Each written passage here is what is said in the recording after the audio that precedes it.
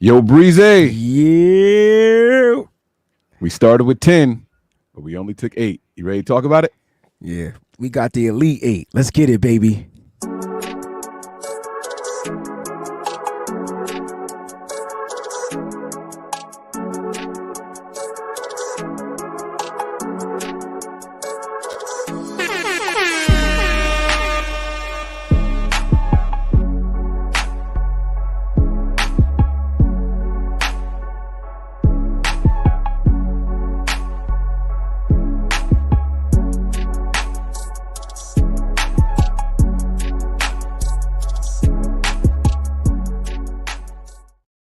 What's going on, 49er faithful? We touching down, baby. It's Monday. The B.A.M show is back. It's your host, WayneBreezie, Mike Andrews. What's going on, baby? Yeah. What's going on, man? Having a good time, man. My hair is nice and dry, Nigel. And I'm ready to talk about these grades, man. These guys that went out there and Niners picked up in the draft. This is going to be a lot of fun, man. I'm excited about this one. Yeah, man. What a great draft. Interesting draft. But the Niners had, I tell you what, the Niners had a game plan the whole time, and they stuck to it, bro. I thought they had a game plan the whole time, and they stuck to it. Basically, they said our mock drafts, and they had a plan. I'm telling you right now, and it was really good to watch the plan. And let's get through these picks, man. Shout out to the crews that are out there that's watching in the live communities. We got the Breezy Bunch crew, we got the Nothing But Niners crew. And we try to keep telling people, man, like, you know, we only streaming on YouTube. So if you're an X member or if you're a Twitch member or whatever, you're going to miss out on these live shows. And we need y'all to come to subscribe to the channels. You know what I'm saying? And I do want to send a very super shout out to all the 55 billion viewers we had. And I'm not being facetious. I'm being dead ass serious because they were here 3 days straight, all day long. Every time we were streaming, they were on both channels. So I just wanted to shout them out, man. I got to send them some love. All right. So at the draft, we determined that we was splitting it 50-50 for responsibility on who was late. I'm going to take it this time. I was a little tied up. This one was on me. You know, but we had a phenomenal draft show, Wayne. Man, I can't tell you how much fun that was, bro. Every single day of the draft was absolutely phenomenal, man. You touched on it, like that's it, man. It was good. It was really good. The laughter, the reactions, not too many weird reactions, like maybe weird reactions, but not those crazy overreactions where we like, what the beep? What is going? Mm-hmm. Not that. I think we're at the point. I don't know if we're a little bit more mature, or if we're at the point where we're just a little bit more understanding on how they value the prospects, like during the draft, like, you know what I'm saying? So shout out to everybody that was out there. Mike, all right, here we go. We had 10 draft picks, like you said. We went to this joint with 10 picks. And what we're going to do on today's episode is we're going to briefly give you a little review on the player, but we're going to focus on how we're going to grade the player / position. I know Mike likes to do that, the whatever crap. I just want to grade the player coming out of college, like what I think they'll be able to do within the system. That's kind of how that will be my perspective on my grade. So if we could do that, I think that'd be great. But there you go, man. You got your 8 draft picks, and then I got a poll question going on from 4th round down. Who will be the steal of the draft? So from Malik Mustafa. I didn't put any offensive linemen in there, so you got Malik Mustafa, and then it ends with Tatum Bethune, linebacker out of Florida State. You ready, baby? What? Hold up. No, I'm not ready. Why can't my man Kingston get no love? I just omitted offensive linemen. I don't think they'll ever be steals of the draft, but yeah, it's cool. Ooh, okay. All right, I like it. Let's get it, man. Let's talk, man. Let's talk. Well, first of all, I didn't like that facial expression you just gave me when I just omitted it. It was like, that was kind of ugly, bro. Like, we also limited it with the options that we can put in on the poll, right? We also limited with 4 options, of course. Yeah. Okay, all right. I just wanted to make sure because I want to show love to the fellas in the trenches too, man. You know, they work hard, man. Nah, they not the flashy players. They're typically not steals of the draft. When you draft, like. We got to, you know what we got to do? We got to dig for the NFL, like dig, like in the archives and find an offensive lineman drafted past the 5th round, that was the ish. Jeff Saturday. Okay. Undrafted free agent. Okay. Does that count as drafted? No, but because I said drafted. You got me. Right. Yeah, you did. Because there will be some. Guess what I think we got in the undrafted pool. We got our Jeff Saturday. Defensive tackle. Oh. Drake Nugent, baby, from Michigan. I'm telling you, bro. He gonna fit the scheme super well. One thing Michigan love to do more than anything than any team in the NFL is run the damn ball. He has that down pat. Great pass protector. I'm just saying, we may have our Jeff Saturday, so I'm glad you brought that up. Okay. All right. Let's do this, man. So the 49ers start the draft off with a wide receiver at pick 30. Okay. Now, this wide receiver, some of us felt like the Niners were going to take him, Ricky Pearsall. All right. Wide receiver. Who felt that the Niners was going to take him? Oh, don't do that. It was me. I called this. This is the one pick, the whole draft, my whole list that I posted in March that I got right. Now he gonna leave me on the left. Lonely. I'm so lonely. Bro, don't come on the show on a Monday and get the capping. It's not cap. It's the only time I can give myself props. And you gonna take it away from me? So you mean you called the pick on the draft show? No, I tweeted out the pick. Mike, shut up, Mike. Wait, what's happening right now? I'm dead ass. Okay. Look, you want me to show you the tweet? It's right here. Show me the tweet, Mike. Share screen here. Look, fix the frame so you can see it. I don't want there to be nothing. I'll fix the frame. I'm glad you gave me a responsibility. I feel like I'm part of the crew now. Oh dang, I got the wrong background up there. I'm sorry, but you can see it right here. So this thread is who I want the 49ers to target at QB in the draft versus who they will actually target in the draft. And I did every position, most positions. And when I got the wide receiver, I wanted Keon Coleman. I said the 49ers, Ricky Pearsall. Okay. And the date on this is March 17th. Y'all give Mike some love, y'all. Mike got the receipt. I got one. March 17th, I think, is the date on there. That's my son's birthday. March 17th. That's Brandon Ayuk's birthday, too. Not Rome. That's Taylor's birthday. Oh, Taylor. Oh, my apologies. My bad. That's all good. So, Mike, you got the that was perfect. I like that. I never. No, that's not a Photoshop. I didn't know. I don't. Mike don't tweet. So, I'll give it to him. That's what's up. So you got one. I got one. The question is, why did I see that? There you go. So the question is, why did I feel like he was going to be the guy? Why did you feel like he was going to do with his ethnicity? It's nothing to do with his ethnicity. I felt like it was about the route running. I felt like it was about the crispness and what he does, that physical toughness. But I didn't want a short yardage guy. I wanted someone a little bit bigger, a little bit faster, just a little bit. But that's always been my thing. We know the Niners are 5'11", 6'1". That is their range. Kyle loves that about wide receivers.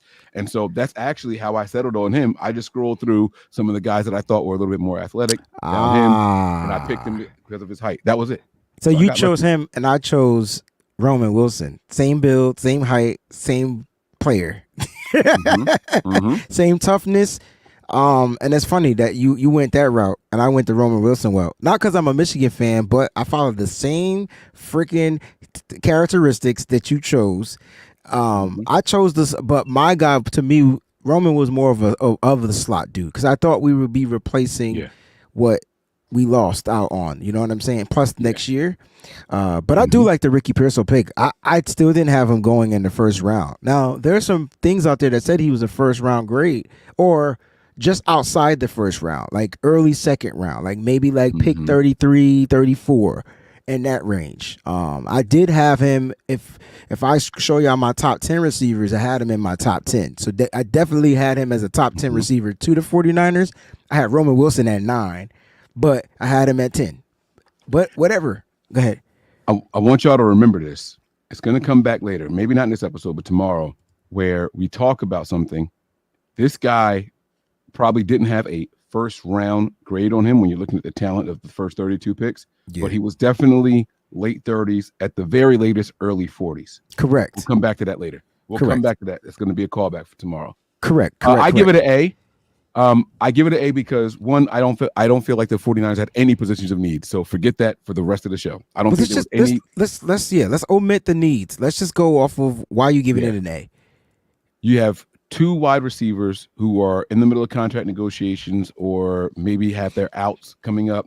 You have a 3rd wide receiver, your wide receiver 3, who was on a 1-year deal. And you got a bunch of other guys hanging around that can't seem to really get their footing in the door. I thought that this was phenomenal. This gives the team some flexibility, some negotiating power against some of these guys that they're, Brandon Ayuk or Debo, if they want to restructure Debo, or even if they want to try to extend a guy like Juwan Jennings. This gives them a little bit more negotiation power for the franchise. I give it an A. I gave this pick an A- because when he was drafted, I thought he was solely drafted to play in the slot, and I was a little concerned about that. But then I realized that this kid is a 3-tier type of wide receiver, right? And so, this is what we do. You have to just go out and do your homework, man. It's one thing, to do your research in the beginning. You kind of have him one way. He's a slot receiver. He played in the slot. If you look up his stats, they're predominantly slot. But then I started watching his film, and he's bigger than the slot. Not size-wise, just his ability and what he's able to do when the route's at the top of the route. Everything, right? You talked about his physicality, so yeah, he's definitely an A- for me. But you know what? I'm gonna bump it up to an A2. You know why? Because his ability to what he's able to do as the Z. And again, when you look at the San Francisco 49ers, it's the X, it's the Y, it's the Z. If I had to pick Deebo Samuel, if we went through the 49ers, we'll do this a different day. I'm sorry. We'll go through the 49ers wide receivers and we'll kind of label them. We'll label them X, Y, Z. If I had to label Deebo Samuel, he would be the Z. He would be the guy to me that can line up in the backfield, be the flanker. He's the flanker. He's not Jerry Rice, but he's like what Jerry Rice did. Jerry Rice would line up in the backfield. Jerry Rice would line up outside as well. But he does that. If I had to label Brandon, that to Deebo? I'll give that to Deebo. If I had to label Brandon Ayuk, he would be the X. He would be my guy that's going to beat the defense. John Taylor. Bam. Over the top all the time. Get open downfield. You can't defend me. I could route you up underneath. Blah, blah, blah, blah, blah. And then you got your slot guys. That's your X. These are your motion guys. These are the guys that's going to go from sideline to sideline, try to trick the defense, get open underneath. That's where Juwan Jennings comes in. That's where Ray McCloud went. Ricky Pearsall is the Ray McCloud of 2024. That's why I'm going to give it an A. I think they got their Ray McCloud, a more dynamic, a more physical, a guy that doesn't turn the ball over, a guy that can add special teams element, a guy that is tough, rough, and stuff with his afro puffs. Ricky Pearsall, good pick for the San Francisco 49ers, is definitely an A. I was with Wayne until we got to the Afro Puffs for Ricky Pearsall. It was a song lyric that popped in my. I've been on song lyrics all day, man. When you go to the gym and one song come on, and then the AI gets it right, and they just keep playing all the joints. One of those days. It's one of those. You days. don't want to stop running. I like that. I like yeah, that, man. Yeah, I like it a lot. One of those days for sure. Just one of them days. See, the lyrics again. See. I kicked it off with Ricky Pearsall. Why don't you go ahead and kick everything off with our second pick, second round guy? All right, so let's go with the second round pick, Renardo Green, cornerback out of Florida State. Now, look, I had the Niners picking 2 to 3 positions in the second round, depending on who was available. It had to they needed to address the cornerback for the same reasons why Mike, said that they needed to address the wide receiver position. I thought it would be a defensive lineman, and I thought that the pick would be an offensive lineman, depending on who was available. I feel like the offensive lineman that they wanted was available, but then he got snagged. So the Niners went with the best defensive back they had on their big board. And when they drafted Renardo Green, this is going to be another A-. Why? Because of need. When I look at next year, I see myself and I say, dang, who's not going to be available next season?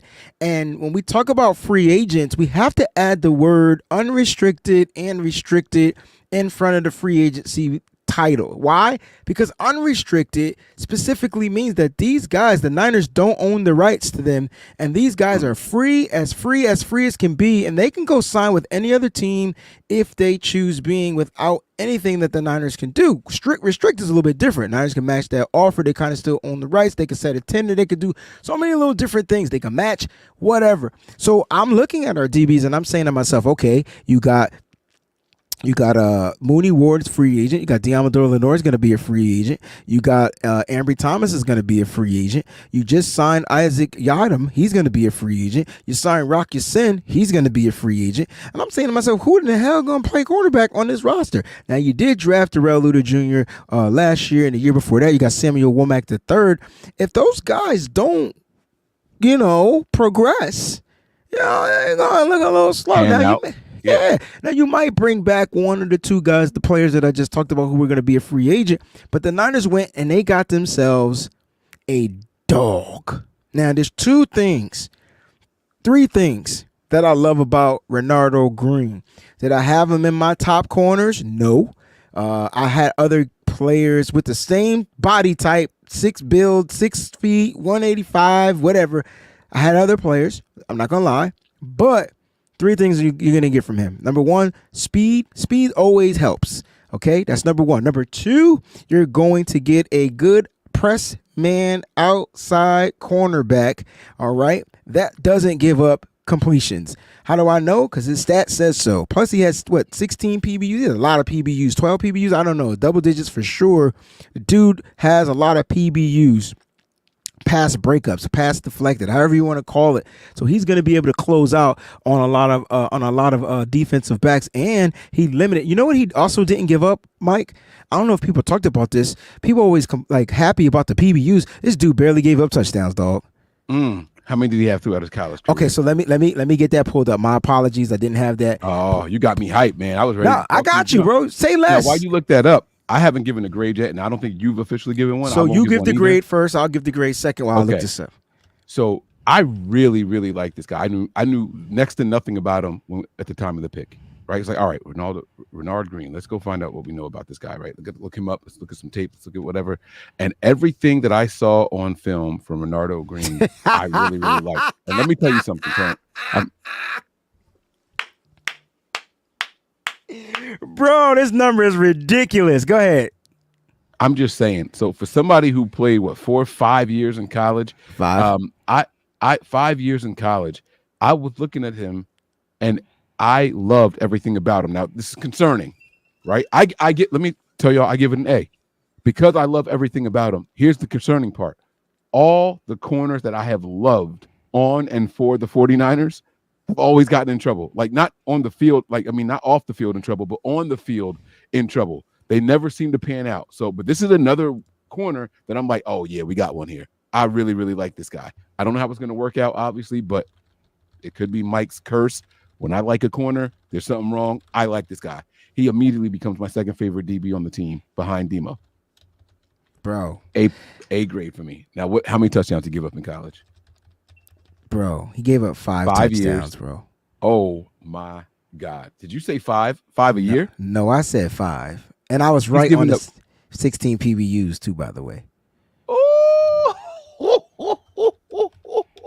that's clean. 5-year corner.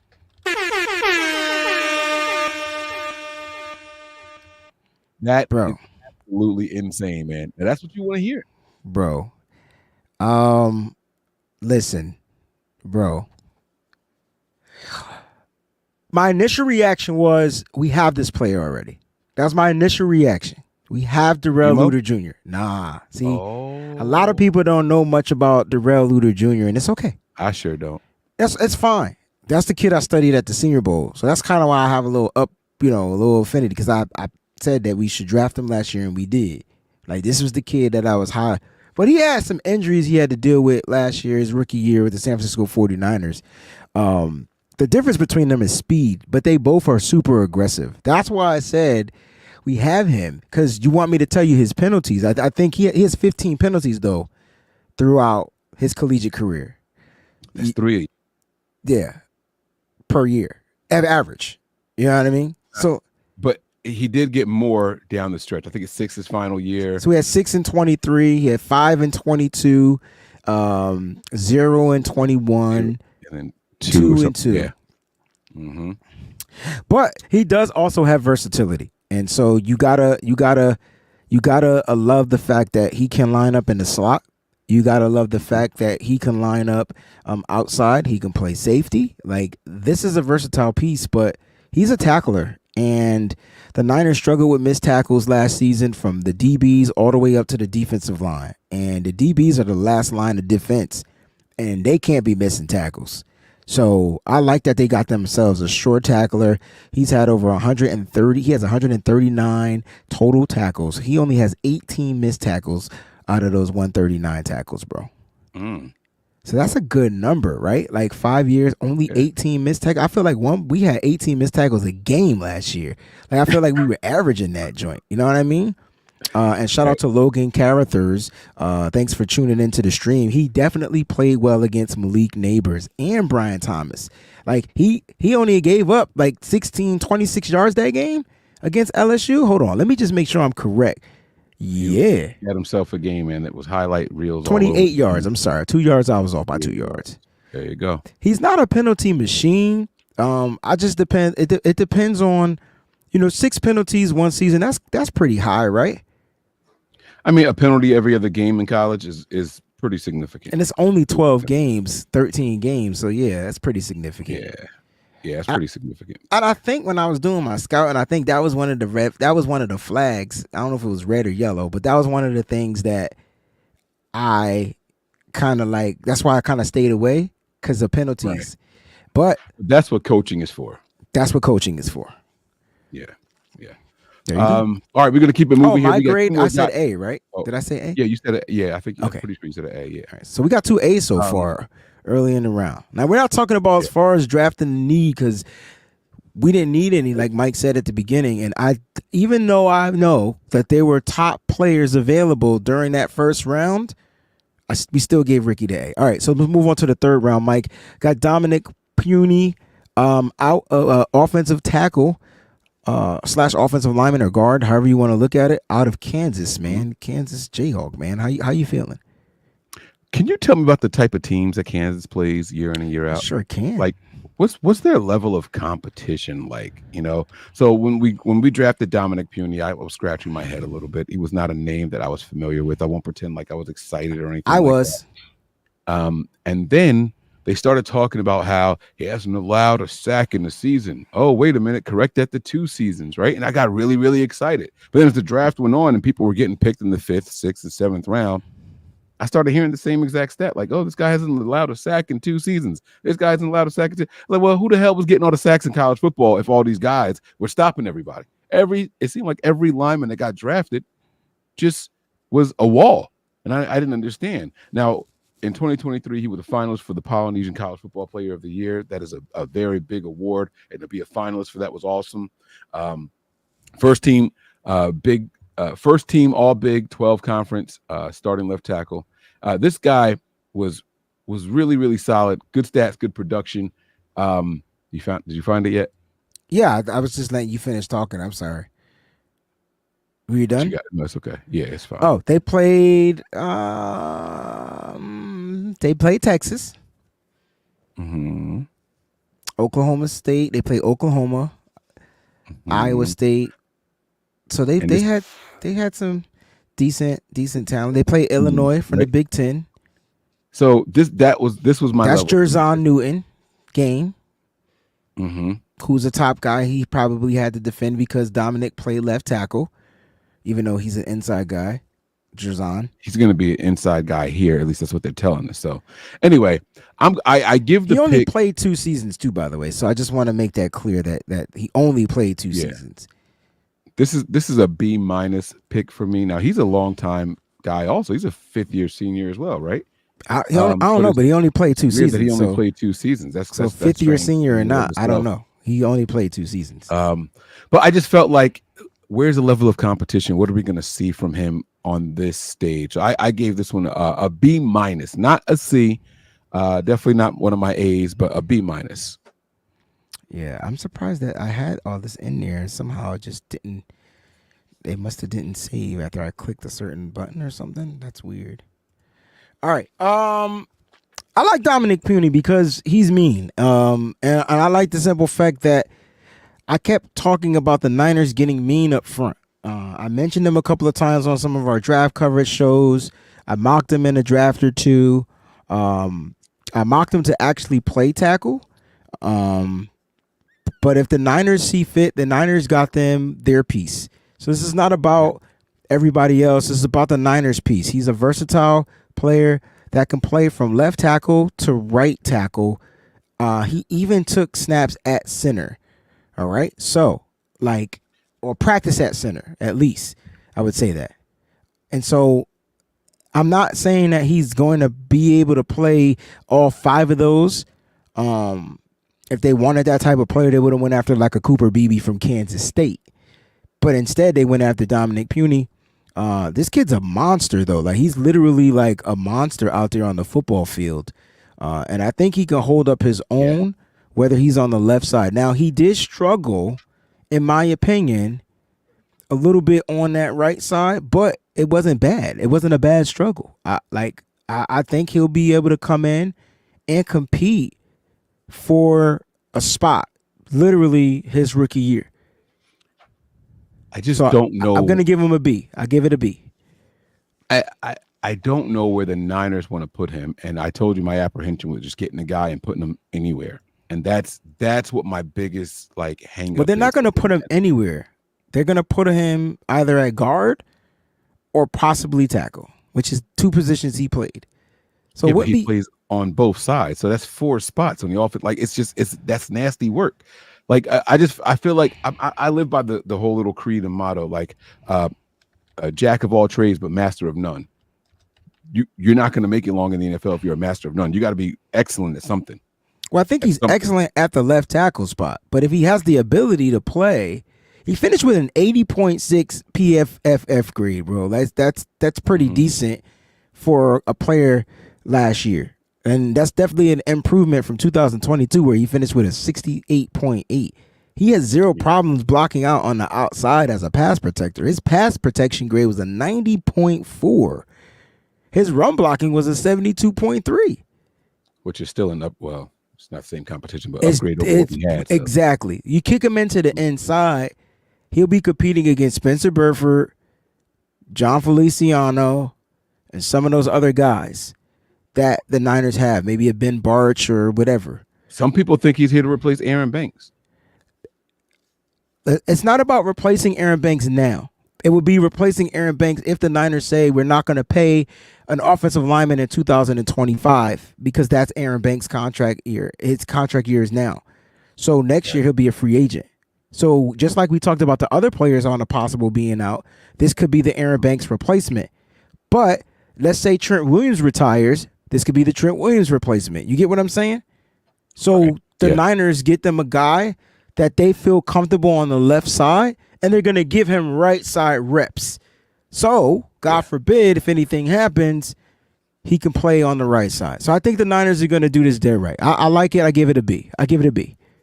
What do you have for our 4th and final guy of the day, man? I think this man wins the name of the draft award for sure. I'm going to have the most fun with his name. But what you got on him? For who are you talking about? Our 4th pick in the draft. Y'all saying Malik. It's Malik. I'm saying Malik. So Mustafa. The way they pronounce it on air is Malik. They could be wrong, but this is the way I've heard it. Not just from John Lynch. I'm talking about his college film. Okay. Yeah. So they could be wrong. John Lynch also says Tarek instead of Tariq. It could be Tarek too. Like, you get what I'm saying? That's true. That is true. But that's true. I always thought it was Malik. I know people with this name spelled this way, and they all say Malik. It's weird, same right? here. But as I was watching his film, the announcers were announcing him as Malik. But we got to get him on the show. Let's just do it. Malik. Okay. All right. I'm good because I'm gonna message him right after. I'm saying, listen, man, I'm tired of butchering up your name. Welcome to the Bay. Please phonetically Give me your name. And shout out to him for the Mustafa and what it meant and everything on there, but I need help with the first name. Right. Oh, well, tell me what Mustafa means. I missed that. Oh, man, it's like chosen and destined type of thing. He had the definition, everything underneath it on the video when they were calling him, like, you know, after they draft him and everything. He had that's the video fire. It said Mustafa. It was typed phonetically underneath and had the definitions underneath it. So he was doing his thing. That's dope. But we can sound out Mustafa, man. It's the first name. We just want to make sure we get that first name right. But nah, shout outs to him. But all right, so first pick of day 3. All right, first pick of day 3, round 4, pick 124. San Francisco 49ers draft safety. Now, he has range. He could play free. He could play in the box. So he has the range to play both. I remember who's our secondary coach? Bullock. It is Sorensen. Bullock. So nope, Sorensen is not our secondary. He's our defensive coordinator. DC. Yeah. But who was the second? Was it Randy Bullock? Was that the secondary coach? Yes. Okay. So I remember him saying that he needs the players he chooses to be out there as the safeties. The players he wants are ones that can play safety, not free safety, not strong safety, but safety. I think what you're going to get from Malik, Mr. Mustafa, what you're going to get from him is a boom, like the boom. Like he's going to bring the boom back to college football, but notice how he's trained now to hit properly, like, you know what I'm saying? Because he's been playing in college, so he knows how to lay the boom without getting those penalties, because I'm going to look him up. But you're going to get that. I do think he's going to struggle in coverage a little bit early in his career, but I think that's something that he'll be able to pick up on and fix, because that'll take the coaching, teaching him a different type of technique or whatnot. But this pick for me is a solid B+. It's not in the A range for me yet, but it's definitely a B+. I think the Niners, again, they use the same principle, because Talanoa Hufanga is going to be a free agent in 2025, and so they go out and they draft a safety just like we said they would, and they get a guy that can come in and play in the box. He was going to be deadly around the line of scrimmage, sounds familiar, and can play deep and play cover. Now, he's faster than Hufanga, and he takes better angles, and he's a surefire tackler. He's not just trying to lay the boom, he's finishing the tackle. I think that's super important, because we struggled with missed tackles last year. So as you talk about him, I gave him a B+. Let me know what your thoughts on him is, and I'll get his stuff pulled up. I gave this pick a C. You know, again, after reflecting, I was in love with all of the picks throughout the draft. I was really, really excited. Day 3, this was a breath of fresh air for me. Niners finally on the board. Wanted to see what we were going to end up with, and when we drafted Malik, you know, again, head scratcher, didn't know much about him, had to go out there and look some things up while we were on the air and everything, and wait for the highlight clips to come up and see what everyone had to say about him. There's not a lot of negatives about this young man. His versatility in the secondary and all that is really well. His tackling ability and all. I'm just, you know, overall concerned about, again, the level of competition and how soon he's actually going to get on the field. And then another reason I give this a C is more for the Niners. You have invested in this position every single year. You've brought people in free agency. What are you not satisfied with? And now I'm wondering about their drafting or their eye for talent at the safety position in general. And so that's what I'm overall concerned with. So I gave it a C. He's going to unfortunately fall under the umbrella of, look at what the Niners have thrown at the position. And he's just one of those guys down there now. So you said that they draft the position every year, which they do. Hufanga, 6th round pick. Then they get stuff out of Hufanga. They convert Jimmy Ward into a nickelback, who was the safety at that time. They bring in Tashawn Gibson. What safety did they sign this year that's a free agent that they brought in? Oh, they drafted Jair Brown also. No, what safety did they sign as a free agent, though? Because I don't remember them signing a free agent. They did safety. Bring in a safety. They brought him in. I don't remember them signing one. But I remember they didn't sign him? No. Hold on, wait. Let me look. Hold on. But they did draft Jair Brown last year.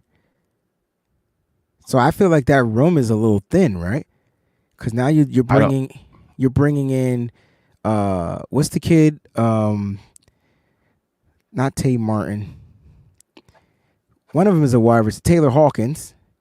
So I think Taylor Hawkins is still on the roster. And Oh, you see, got I wasn't even talking about him. That's a good one too. Talanoa Hufanga that's coming off the ACL, and then you got Jair Brown. So I'm thinking there's only 3 safeties on this roster. Odom is gone. Oh, I forgot about Odom, but Odom doesn't. Eric Harris. Yep, he's here. Yep, I think they're still here. And